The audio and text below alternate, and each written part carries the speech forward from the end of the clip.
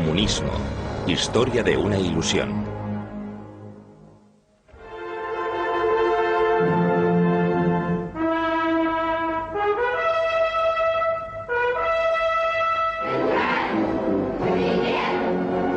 La revolución de Lenin. 7 de octubre de 1981, Plaza Roja de Moscú. La Unión Soviética en el clímax de su poder. 64 años después de la Gran Revolución de Octubre, Moscú se ha convertido en el centro del comunismo mundial y en la segunda superpotencia junto con los Estados Unidos.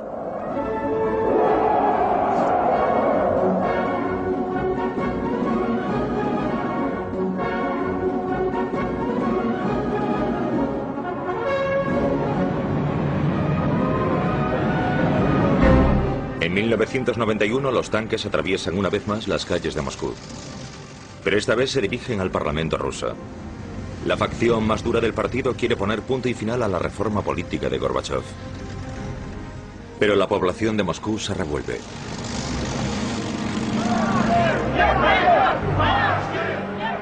Boris Yeltsin, el primer presidente de la Federación Rusa nombrado en unas elecciones libres, subido a un tanque blindado, apela al pueblo para que oponga resistencia a los tanques putschistas.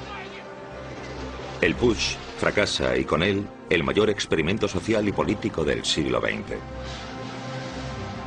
Yeltsin ofrece esperanza para una nueva política post-Gorbachov tras el fallecimiento del imperio. ¿El fin de la Unión Soviética significa también el fin de la idea de comunismo? Una idea que ha cautivado la imaginación de gente de todas partes del mundo durante décadas. ¿Cómo se puede explicar el colapso del sistema comunista, la caída desde el poder mundial a la nada política? El sistema fue incapaz de reformarse a sí mismo. Esa es la clave del asunto. Las razones parten de los experimentos precipitados de Gorbachov. No tengo ninguna duda sobre eso.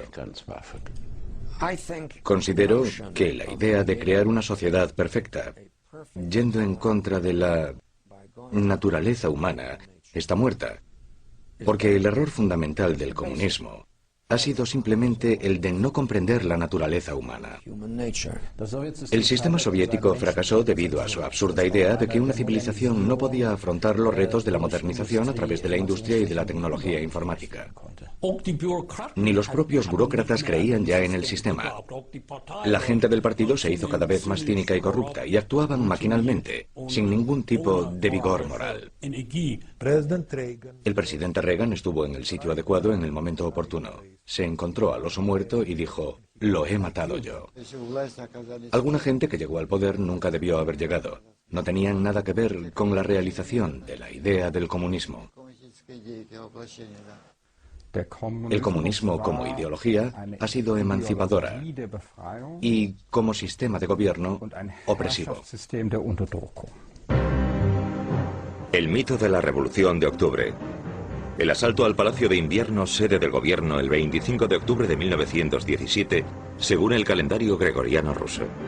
Leyenda y realidad. El famoso director de cine, Sergei Eisenstein, ilustró esos dramáticos acontecimientos con imágenes impactantes. En su película Octubre, las masas revolucionarias, lideradas por Lenin, asaltan el palacio. Su propósito, deponer a un gobierno corrupto. Pero en realidad Lenin no estuvo allí. La famosa película era propaganda. La verdad era completamente diferente. Nadie se dio cuenta de la revolución bolchevique. Fue por la noche cuando tomaron los puentes, los bancos y todo lo demás. A la mañana siguiente, los bolcheviques estaban en el poder. La mañana posterior al golpe, el palacio se vio sitiado por curiosos. Apenas había daños, solo unos cuantos cristales rotos. En el Palacio de Invierno no se destruyó ninguna obra de arte. En la bodega se destruyó todo. Por lo tanto, la Guardia Roja pudo... Se bebieron todos los vinos, de 100 o 200 años, los coñacs y todo lo demás acabó roto. Una verdadera pena. Los responsables de todo eso fueron varios cientos de miembros de la Guardia Roja y marinos bajo el mando de Leo Trotsky. Fue la primera evidencia de su talento como estratega. Trotsky, que inició el golpe, dijo una vez que un ejército disciplinado y leal habría sido suficiente para frustrar el golpe, pero tal ejército no existía. El gran vencedor de la revolución bolchevique es Lenin. Su voluntad inflexible dirigida a alcanzar el poder le ayudó a imponerse dentro de su propio partido para hacerlo luego en toda Rusia. Vladimir Ilich Ulyanov nacía en 1870 en la localidad rural de Simbirsk, hijo de un inspector de enseñanza. Su madre, hija de un aristócrata, es una demócrata ilustrada que transmite sus ideales a sus hijos. Vladimir demuestra talento y una inteligencia extraordinaria como alumno. Cuando su hermano Alexander es ejecutado en 1887 por participar en el intento fallido del asesinato del zar, Vladimir elige también el camino de la revolución. Unos años después adopta el nombre de guerra de Lenin. Mirando a nuestros líderes, desde Lenin a Putin, proceden todos de la clase obrera, campesinos o trabajadores con una educación elevada. Todos, excepto el propio Lenin, y eso es crucial. Lenin pertenecía a la aristocracia y de ese modo entrelazó lo antiguo con lo moderno. La actitud de Lenin hacia la autocracia rusa apenas difería de la facción radical de la denominada inteligencia revolucionaria rusa. Para ellos, el régimen zarista era la encarnación del mal. El zar Nicolás II gobierna un país que se extiende desde Varsovia hasta Vladivostok. Un monarca autocrático que solo respondía ante Dios y ante él mismo. Sus aliados pertenecían a una aristocracia que había repartido el país entre ellos, una clase alta reducida pero inmensamente rica. Rusia se compone de una sociedad agraria. El 80% de sus 135 millones de habitantes se dedican a la agricultura. La servidumbre de los campesinos es abolida en 1861, convirtiéndolos en ciudadanos libres, pero siguen sin poseer las tierras.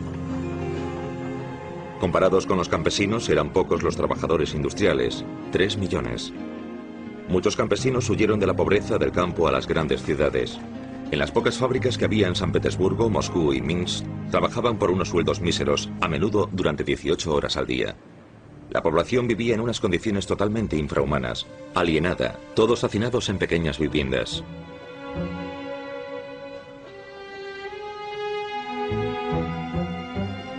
El régimen zarista resiste cualquier tentativa de democratización. Los partidos políticos fueron ilegales hasta 1905, y sus miembros perseguidos, arrestados y encarcelados. Miles acabaron en prisión o desterrados.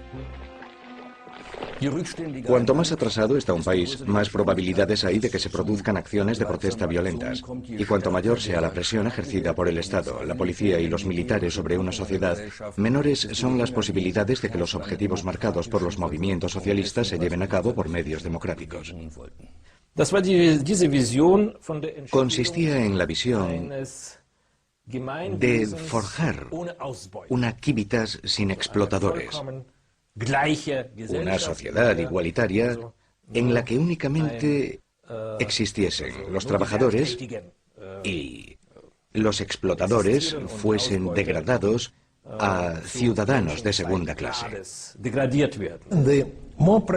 La sociedad occidental más pragmática transformó el marxismo y la socialdemocracia en su interior. La mentalidad rusa quería llevar a cabo todas esas cosas, siguiendo los manuales a rajatabla. En noviembre de 1895, Lenin funda la Liga Revolucionaria para la Liberación de la Clase Obrera. Acusado de agitación política, es deportado a Siberia en 1897. Está casado con la revolucionaria Nadezhda Krupskaya. Después de su deportación, Lenin abandona Rusia camino del exilio. Teórico brillante y orador nato, Lenin se convierte en líder del ala radical de los socialdemócratas rusos. Debido a que la facción que lidera vence por escasos votos en una asamblea del partido, le da el nombre de bolcheviki, que significa mayoritarios. El ala orientada a la democracia parlamentaria, que en realidad era mayor, adopta el nombre de mensheviki o minoritarios. Los bolcheviki abogan de manera inflexible por la dictadura del proletariado. La asunción es la de que la humanidad es buena. Por lo tanto, como yuxtaposición a las creencias conservadoras o liberales, la humanidad no necesita ningún freno ni equilibrio, ni control alguno.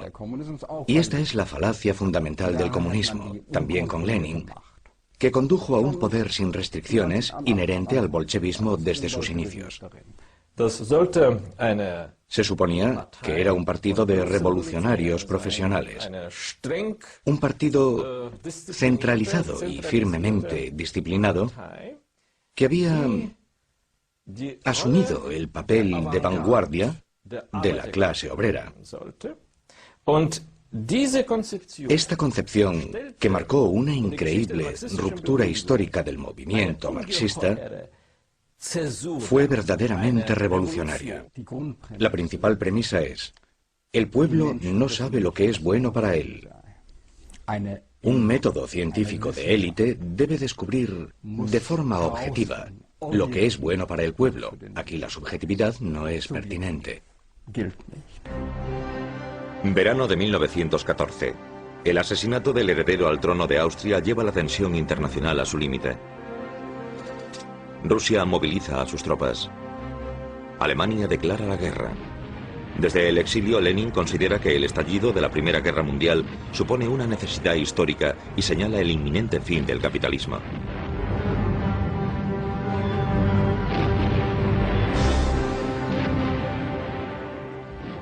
Las privaciones de la guerra intensifican la tensión económica y política en Rusia. La multitud protesta contra el hambre, la guerra, el gobierno y el zar. Nicolás II se ve obligado a abdicar después de la Revolución de Febrero. Se forma un gobierno provisional y consejos de trabajadores y soldados a lo largo de todo el país, los soviets. Las diferencias irreconciliables entre el gobierno parlamentario burgués de Kerensky y los soviets radicales impedían buscar soluciones a problemas urgentes. Mientras la guerra causaba estragos en la mayor parte de Europa, Lenin, exiliado en Zúrich, formulaba su programa radical.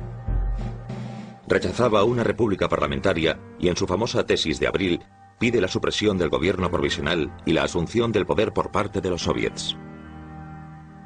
La reacción de los camaradas de Lenin en Rusia es poco entusiasta.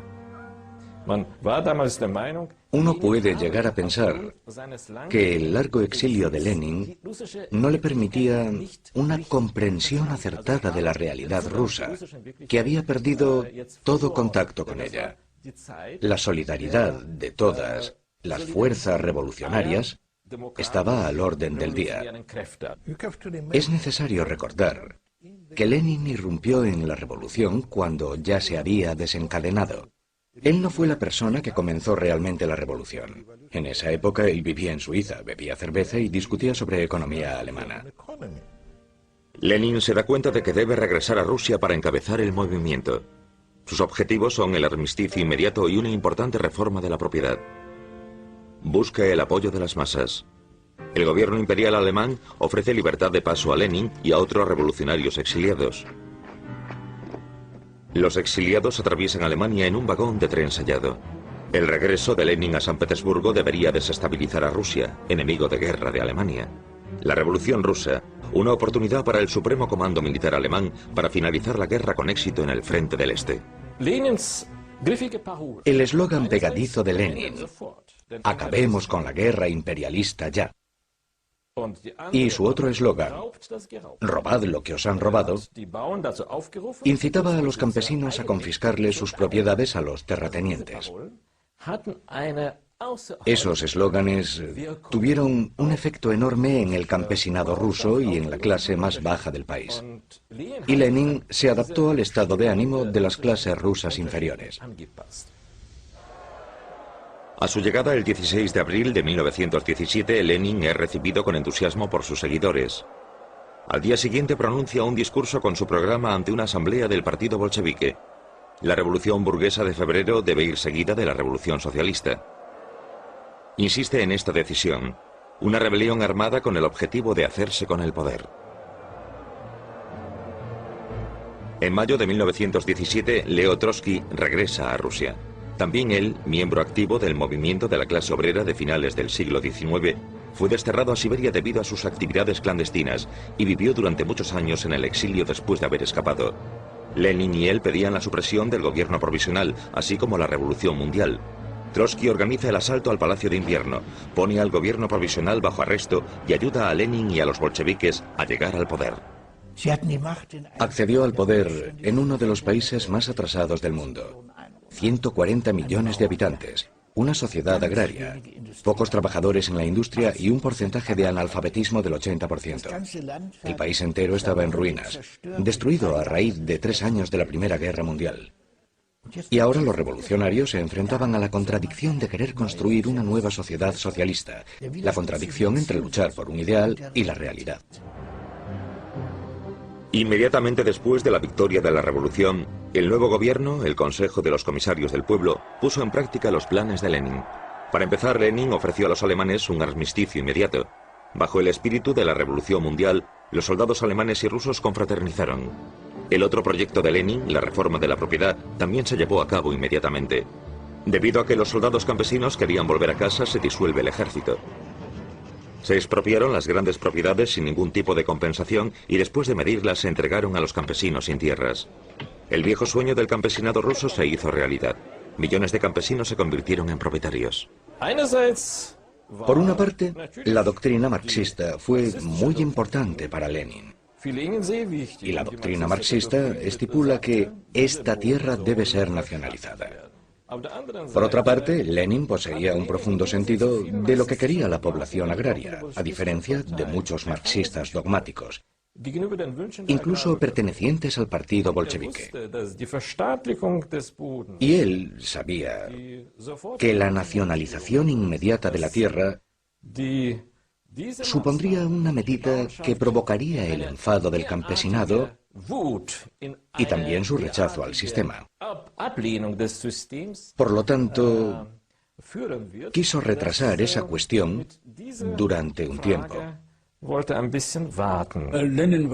Lenin era un hombre inteligente. Debía darse cuenta de que Rusia no era un país tan desarrollado industrialmente como Alemania o Inglaterra, ni siquiera como Bélgica o Francia. Rusia era un país agrario con una población relativamente pequeña de trabajadores industriales. No podía construirse una revolución contando solamente con los trabajadores de Moscú y Petrogrado. Y esa fue su contribución a la teoría revolucionaria. Su gran alumno puede que no fuese Stalin, sino Mao. Para los nuevos propietarios, Lenin es un héroe. Creen en un futuro mejor y celebran la revolución socialista. Para el principal teórico de los socialdemócratas alemanes, Karl Kautsky, eso es obstinadamente erróneo. Según Kautsky, lo que Lenin y sus seguidores habían planeado en Rusia y llevado a cabo en 1917 no era una revolución proletaria y tampoco la primera gran revolución socialista, sino la última revolución burguesa. Marx y Engels decían en su manifiesto comunista que el programa comunista se puede resumir en una frase: la abolición de la propiedad privada. Según Karl Marx, la propiedad privada de los medios de producción debe ser nacionalizada. La sociedad burguesa únicamente puede vencerse a través de la dictadura del proletariado. A ojos de los radicales socialistas, Lenin no es marxista.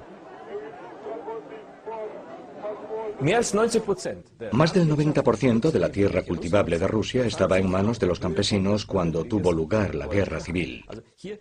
Por lo tanto, podría decirse que era un marxista dogmático, pero flexible. Incluso de una forma más radical, uno podría preguntarse: ¿era Marx realmente marxista? Isaac Berlin escribió una vez: si Marx se levantase de su tumba, diría, por encima de todo, no soy marxista. Para Lenin no se trataba solo de una dura lucha ideológica. También estaba vinculada a su absoluto desdén por quienes creían en esas ideas. A pesar de todo, Lenin casi nunca utilizó palabras duras contra sus oponentes. No, era tranquilo, a decir verdad. Todo su odio y desdén iba dirigido contra los liberales y socialdemócratas. Sin embargo, deberían estar mucho más próximos a él que sus auténticos adversarios. El 25 de noviembre de 1917 se celebran las primeras elecciones libres en Rusia. Por primera vez en la historia las mujeres tenían derecho a voto. Vence el Partido de los Socialrevolucionarios. Los bolcheviques consiguen solo la cuarta parte de los votos. Lenin presiente que su poder está en peligro y en diciembre crea la Policía Secreta Nacional, la Checa. Los bolcheviques, como todos los partidos de izquierda o de centro, lucharon contra el régimen zarista y por una asamblea constitucional resultante de unas elecciones libres con votos secretos. Finalmente, en noviembre de 1917, tales elecciones tienen lugar. Y a principios de enero de 1918 se forma la Asamblea Constitucional, dejando patente que el 70% de sus miembros pertenecían a un partido campesino. Cuando el 18 de enero de 1918, en su primera reunión, los diputados de la Asamblea Constitucional votan en contra de que se transfiera todo el poder a los soviets, Lenin abandona la sala. Fue la última reunión que permitieron los bolcheviques. Y luego, siguiendo las órdenes de Lenin, la reunión se interrumpió y se disolvió. Al día siguiente, Lenin manda cerrar las puertas y arrestar a los diputados. Ese hecho marca el fin de la democracia en Rusia, después de tan solo un día. Tras la violenta disolución de la Asamblea Constitucional, los bolcheviques rebatieron el principio democrático de adaptarse al deseo de la mayoría. Eso significa que no podían gobernar esa mayoría, que los rechazaba, más que con la fuerza y con métodos dictatoriales. La Checa se instala en la Plaza Lubianka, en el centro de Moscú. El primer jefe de la policía secreta del régimen soviético es Félix Dzerzhinsky, un confidente de Lenin. Bajo el mando de Dzerzhinsky, la Checa se convierte en el instrumento más importante para mantener el poder. La Checa, la policía secreta, no se enfrentó únicamente a los que se oponían a la revolución, sino principalmente a los mencheviques y socialrevolucionarios, partidarios de la revolución, pero que no eran bolcheviques. Lenin no estaba a favor de acabar con la autoridad. Decía, la democracia socialista es la democracia burguesa sin la burguesía.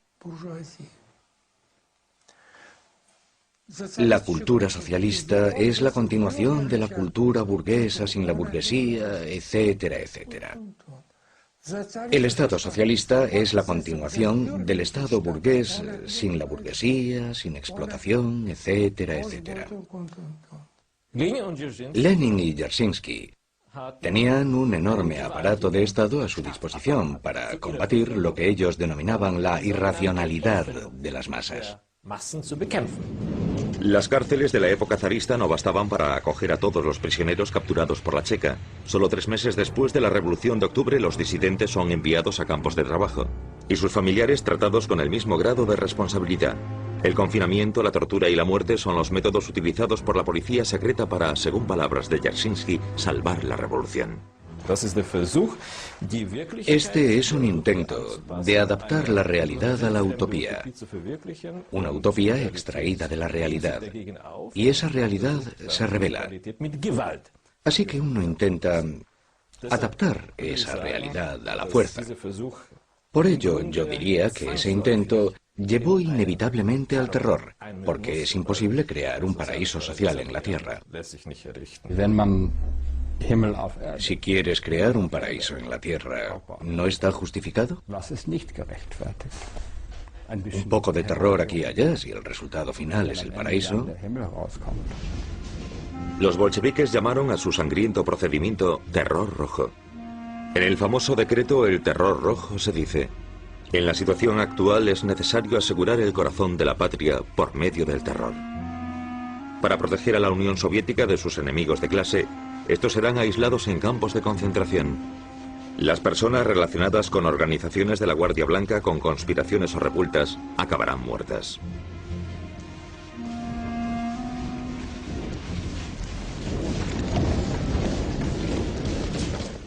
Glorificar este terror rojo y la necesidad de racionalizarlo, creo que eso se corresponde, por una parte, con restos del pensamiento de la Primera Guerra Mundial, y que por otra procede de la idea de que solo mediante la fuerza se puede abrir un camino mejor. El término terror socialista es una contradicción en sí mismo. Se allanó el terreno para muchas de las cosas que después sucederían bajo el mando de Stalin. El fin justifica los medios, ¿no es así? Y, como se puede apreciar por la acusada defensa del terror por parte de Lenin, no es algo que empezase con Stalin. El gobierno bolchevique recibe amenazas tanto de dentro como de fuera del país. El armisticio con Alemania moviliza a los demás adversarios de la guerra. Gran Bretaña, Francia y los Estados Unidos envían tropas a Rusia. En el sur de Rusia los cosacos se rebelan. Los propios aliados, junto con los antiguos contingentes de las tropas zaristas, forman el denominado Ejército Blanco. Para la mayoría de la población rusa, los campesinos y los obreros que rechazaban el bolchevismo, el Ejército Blanco representaba el antiguo régimen.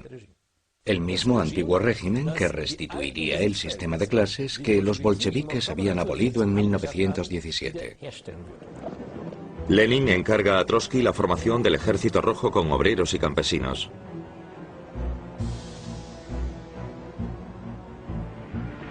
Se desencadena un conflicto sangriento en todo el país. Pueblos reducidos a cenizas, poblaciones masacradas. El gobierno afianza su poder a través del terror. Los prisioneros son asesinados.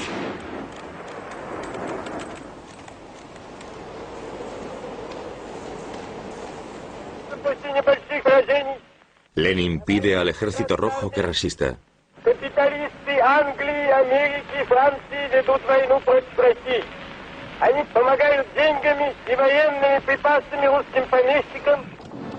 En el verano de 1918 el Ejército Rojo se retira y la revolución está en peligro. Lenin confía en el apoyo de Alemania. Y luego ese objetivo a gran escala que se fijaron. Estamos en vísperas de la Revolución Mundial. Es de lamentar que estemos haciendo esto ahora en Moscú, pero no hay duda, dice Trotsky, de que dentro de pocas semanas estaremos celebrando nuestros congresos de la Internacional Comunista en Berlín, en París y en Londres. ¡Qué optimismo! Y también aquí, en los Estados Unidos, se produjeron grandes huelgas industriales y disturbios. Problemas de regulación, reajustes económicos y sociales después de la guerra. Nuestras élites en aquel entonces tenían mucho miedo de que tales corrientes revolucionarias nos pudiesen alcanzar. Los bolcheviques ganaron poder en Rusia con el propósito de iniciar una revolución mundial. Por lo tanto, pensaban que la guerra mundial, que había hecho añicos el orden capitalista existente, era la única oportunidad de los partidos proletarios para abolir el capitalismo de una vez por todas. La verdadera victoria de la revolución del proletariado debía tener lugar en Occidente, según Lenin. Después de perder la guerra, la revolución llega a Alemania. Se produce la escisión del SPD para dar lugar a los socialdemócratas de la mayoría e independientes, el USPD, y a la revolucionaria Liga Espartaquista que sigue el modelo de la Revolución Rusa. En estas grabaciones el diputado del SPD y presidente del Parlamento, Philipp Scheidemann, informa. Ya en la mañana del 9 de noviembre de 1918, el Reichstag parecía un campamento militar. Obreros y soldados entraban y salían, muchos llevando armas. Ever y yo nos sentamos ansiosos en el comedor con algunos amigos. Como era habitual, solo se sirvió una sopa aguada. Luego un grupo de obreros y soldados irrumpieron en la estancia y vinieron directos a nuestra mesa. 50 personas gritando a la vez: Scheidemann, ven con nosotros. Philip, tienes que salir y hablar. Liebknecht quiere declarar una república soviética. ¿Qué? La situación estaba clara para mí.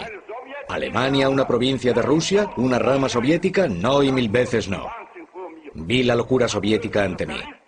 El reino zarista del terror sustituido por uno bolchevique. No, eso en Alemania no, con todo lo que se estaba sufriendo ya. Para anticiparse a Karl Liebknecht, Philipp Scheidemann declara a Alemania como república democrática.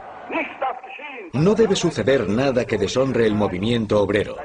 Manteneos unidos, leales y honrad vuestro deber. La vieja y corrompida monarquía se ha derrumbado. Larga vida a la nueva. Larga vida a la República Alemana. Entre los herederos políticos de Marx y Engels sobreviene una contienda fraternal. Mientras los socialdemócratas de la mayoría de Scheidemann eligen el camino de la democracia parlamentaria, la izquierda radical lucha por el sistema del Consejo Obrero Soviético. Todo el poder para los consejos obreros. Este fue el eslogan de la Liga Espartaquista fundada en 1916 por Karl Liebknecht y Rosa Luxemburgo. Opino que Rosa Luxemburgo era tan, yo diría, demócrata fundamentalista, que tenía que rechazar todo aquello que perjudicase al desarrollo democrático, porque eso conduciría al despotismo. Rosa Luxemburgo fue, en mi opinión, la única figura revolucionaria de Europa que podría rivalizar con Lenin, llegando él incluso a aceptarlo. Nacida y criada en Polonia, Rosa Luxemburgo vive en Berlín desde 1899 y se convierte en la principal representante política de la izquierda alemana. En 1918 cofunda el Partido Comunista. Cada vez dedica más críticas a la izquierda militante, así como a los grandes líderes de la Revolución Rusa. Ella había observado también que Lenin no vacilaba a la hora de enfrentarse a sus oponentes. Sin embargo, debo decirlo, a pesar de la previsión del bolchevismo, si mira sus bases políticas y especialmente su famosa frase sobre que la libertad siempre será la libertad de aquellos que piensan diferente, te das cuenta de que lo que ella pensaba y quería no era tan liberal y pluralista como podría parecer a primera vista. En sus obras figuran curiosos e interesantes pasajes en los que se dice que la mayoría decisiva no siempre tiene por qué ser cuantitativa. Eso es algo relevante. Por lo tanto, Rosa Luxemburgo tenía un profundo sentido de los problemas del poder. Vio el gran peligro que suponía que la acción de la minoría terminase en catástrofe. Pero por otra parte, debido a su aparente fe en la espontaneidad de las masas, ya no fue capaz de contradecir la acción masiva una vez que se produjo. Y así es como justifica ella la revuelta espartaquista, algo que no hubiese querido. Los marinos revolucionarios ondean la bandera roja en la puerta de Brandenburgo. La Liga Espartaquista cree, al igual que su gran modelo Lenin, que ha llegado la hora de rebelarse. Y el 6 de enero de 1919 declara que el gobierno provisional de Alemania ha sido destituido.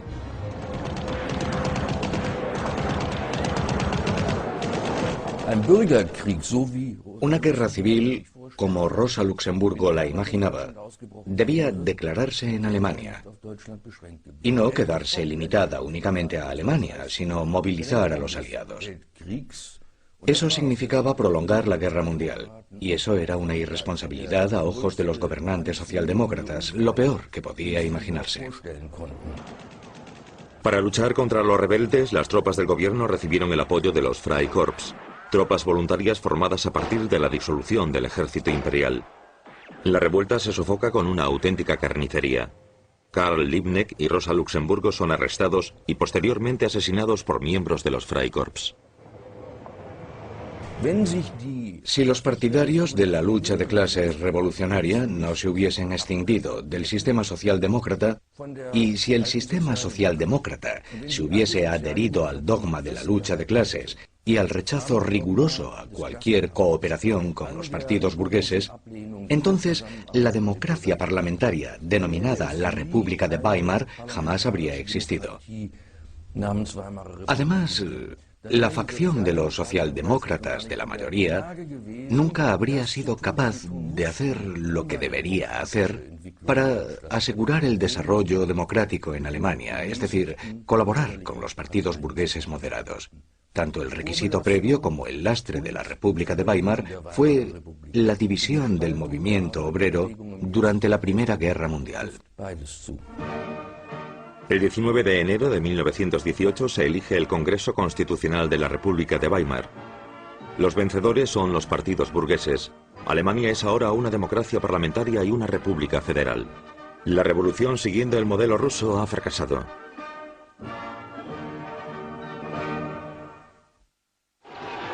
En Rusia continúa la guerra civil, y mientras el pobremente organizado Ejército Blanco pierde terreno, el Ejército Rojo avanza.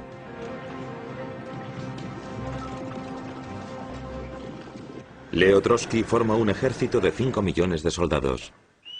En su famoso tren blindado se dirige al precario campo de batalla y refuerza la disciplina. Los desertores acaban muertos inmediatamente. Las tropas soviéticas vencen al Ejército Blanco y a sus aliados extranjeros.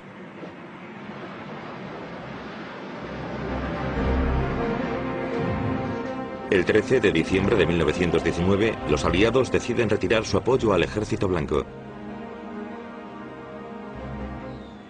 El Ejército Rojo desfila celebrando la victoria.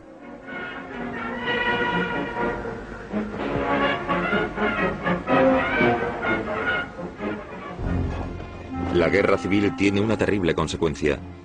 Los comisarios rojos o bolcheviques son enviados a confiscar comida para el ejército. Los campesinos se rebelan. No atienden ya a sus campos. Y antes de permitir que les arrebaten sus provisiones, prefieren incendiar sus propios graneros.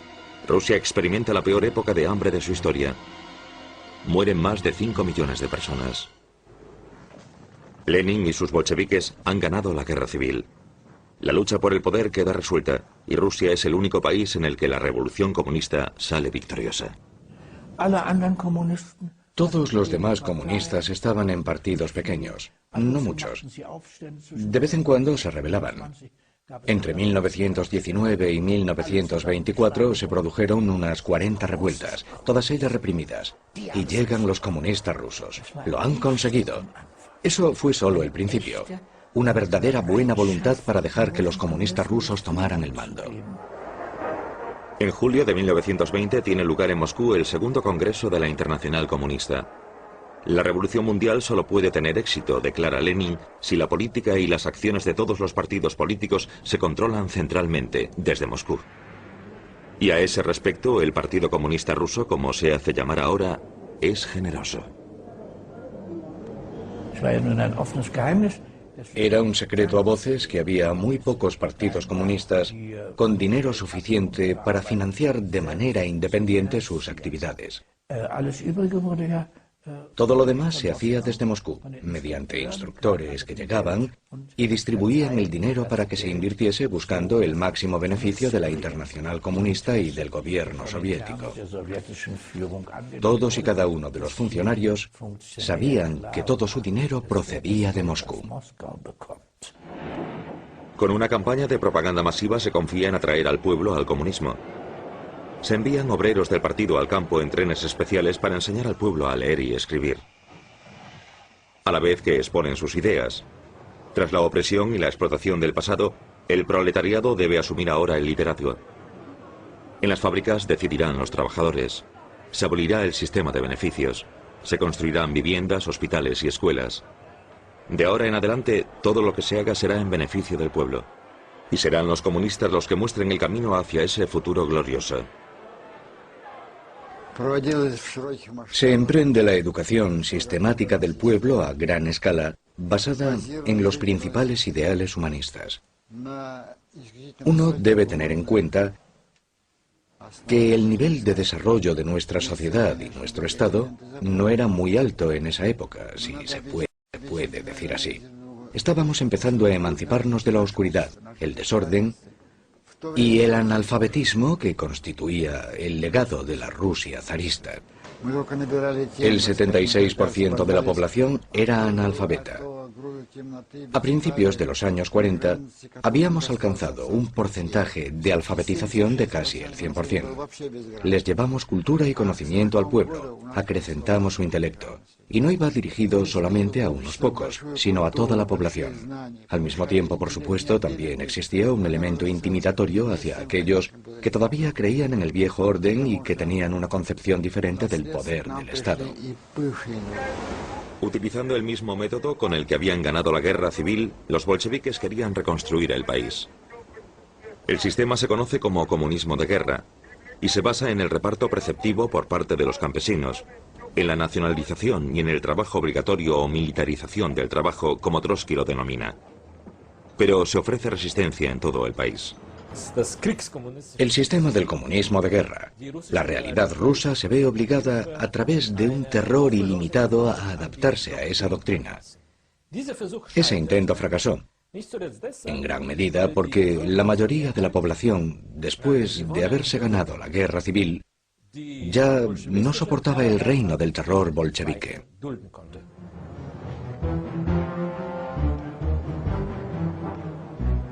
En enero de 1921, los trabajadores de Petrogrado inician una huelga. El gobierno responde con ley marcial y se producen arrestos arbitrarios en masa. El 28 de febrero de 1921, 16.000 marinos se unen a los trabajadores en huelga. Apelan al pueblo. Ha llegado el momento de quitar de en medio a los comisarios autócratas. Todo el poder para los soviéticos, ningún poder para el partido. Los huelguistas piden el fin de la opresión, del terror y de las detenciones. Piden que se restituyan las libertades conseguidas en la revolución. También las elecciones con votos secretos, la libertad de expresión y la formación de otros partidos.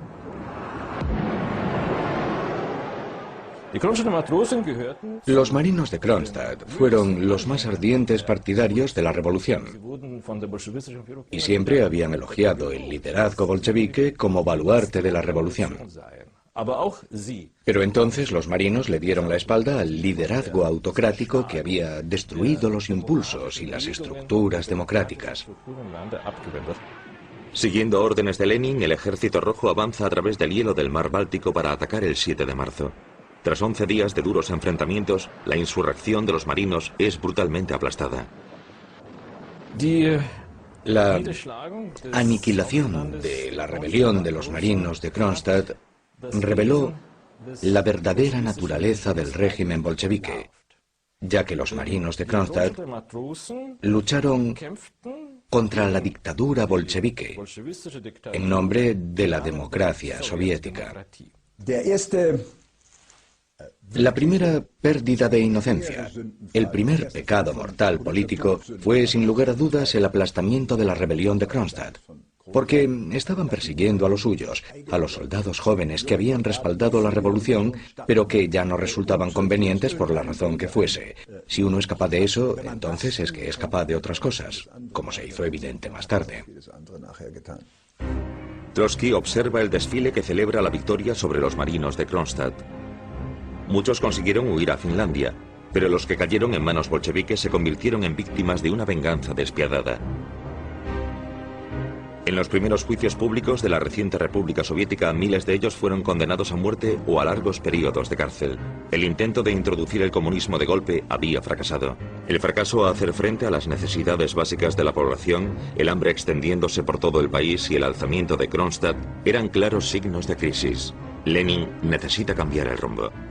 Al igual que su redistribución de la tierra en 1917 violaba los principios marxistas, ahora Lenin está a punto de realizar un giro económico con evidentes fundamentos capitalistas. Él creía en la teoría puramente científica de Karl Marx, que en realidad era una utopía. Pero eso solo fue hasta 1921.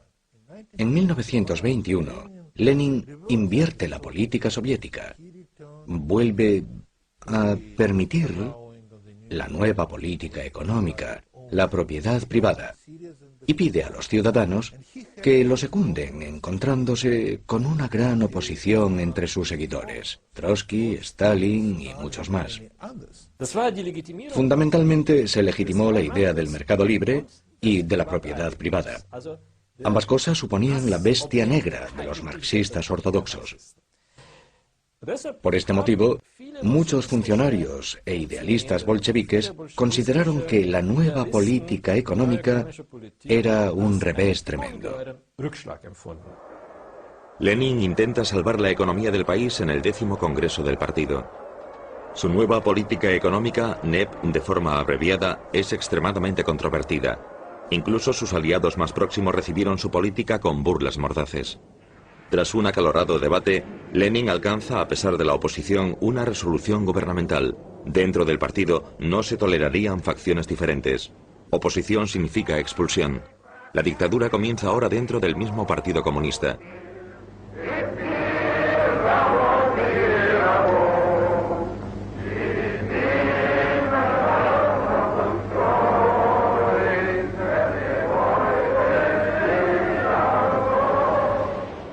La economía rusa se recupera. El optimismo flota en el aire. Pescadores y granjeros venden sus productos en el mercado. Ahora se pueden comprar cosas con dinero y eso se convierte en un incentivo para trabajar. Incluso en lo más alto de la NEP, el nivel de vida de la Unión Soviética y de Rusia alcanzan un máximo histórico. La bolsa y los bancos vuelven a abrirse. Lenin llega al punto de invitar a los capitalistas de Occidente a invertir en Rusia para ayudar a combatir el déficit económico del país. Debemos otorgar concesiones a la burguesía extranjera y al capital externo. Fueron las palabras de Lenin en la Tercera Internacional Comunista. Pero muchos de sus camaradas estaban convencidos de que la nueva economía de Lenin traicionaría los principios básicos de la revolución. ¿Y cuál fue entonces la reacción de Stalin a esas propuestas? Que eran producto de una mente enferma. Gorbachov, que era funcionario del partido por aquella época, sugirió que el decreto de Lenin, que había sido publicado en el Pravda, debería reeditarse en una edición especial únicamente para Lenin, ya que nadie más necesitaba conocerlo. En mayo de 1922, la salud de Lenin se deteriora dramáticamente. Sufre su primer infarto. Le sucederían dos más. Lenin se retira de las actividades gubernamentales. A partir de ese momento se instala en una casa de campo cerca de la ciudad de Gorki. Leo Trotsky parece ser el sucesor incuestionable de Lenin, un intelectual con más carisma que cualquier otro líder bolchevique y un comisario del pueblo que salió victorioso durante la guerra. Lenin, no obstante, seguía vivo y aún no se había decidido su sucesor. Y Trotsky tenía un duro competidor, Joseph Stalin, el secretario general del Partido Comunista.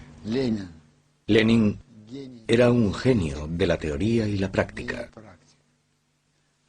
mientras que Stalin era un genio de la práctica y la teoría.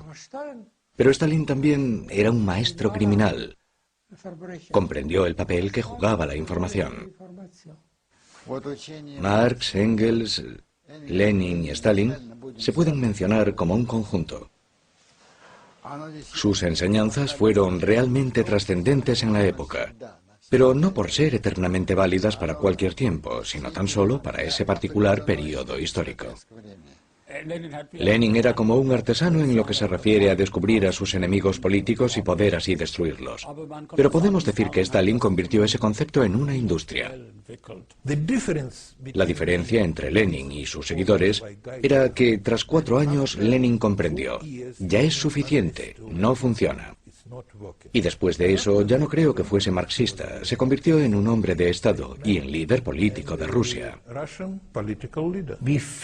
Coincidiendo con la mayoría del pensamiento del pueblo de la Unión Soviética, yo creía que todo iría bien mientras Lenin siguiese vivo.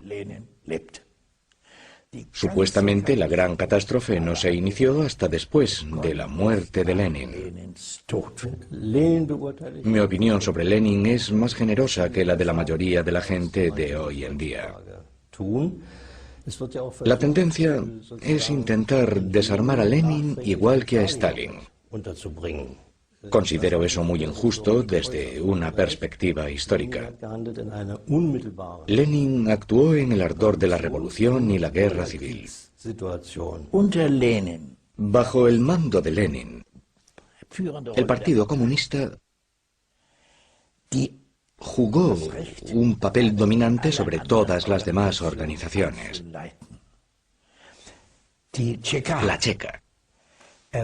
Hubo cierto número de elementos dictatoriales que sentaron los cimientos de lo que Stalin pudo construir después. Es importante darse cuenta de que el germen del stalinismo es inherente al leninismo. Con un líder distinto, el desarrollo de los acontecimientos podría haber tomado un rumbo diferente, pero ninguno de ellos llevaría al comunismo democrático.